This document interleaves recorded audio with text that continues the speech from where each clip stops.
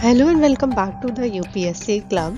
Today I will announce the series of World Map, जहाँ पे मैं वर्ल्ड मैप के थ्रू आपको इम्पोर्टेंट कंट्रीज और कैपिटल्स की इंफॉर्मेशन दूंगी और साथ साथ ये भी बताऊंगी कि कौन से फिजिकल फीचर्स जो कि जैसे कि रिवर्स, मैप्स और straits, grasslands, deserts and all, इन सभी की इंफॉर्मेशन आपको इस सीरीज में मिलेगी।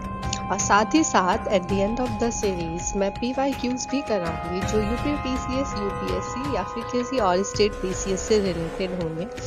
इसका फ़ायदा क्या होगा अब आपको, तो करंट अफेयर्स में जब भी किसी कंट्री का नेम आएगा तो आप इजीली वहाँ से लोकेशन से लिंक कर पाएंगे इसको। और साथ ही साथ स्ट्रैटेजिक और जियोपॉलिटिकल एरियाज में जो भी चल रहा है उसे समझने में भी यहाँ आपको काफ़ी हेल्प होगी।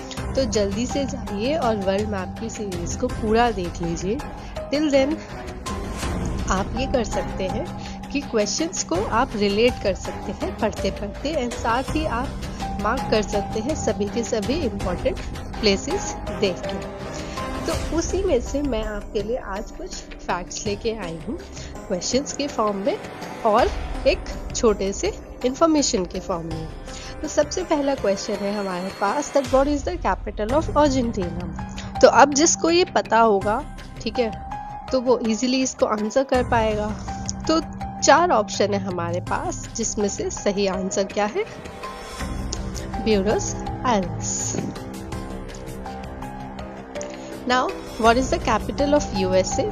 सो it will be Washington DC. Now, a very important fact that has been asked in many examination. तो हेलिफैक्स टू वैंकूवर से एक कैनेडियन रेलवे लाइन चलती है। कहा जाता है ये वर्ल्ड में काफ़ी बड़ी रेलवे लाइन है। वैसे तो रशिया में भी एक रेलवे लाइन है, but this is also a very long railway line.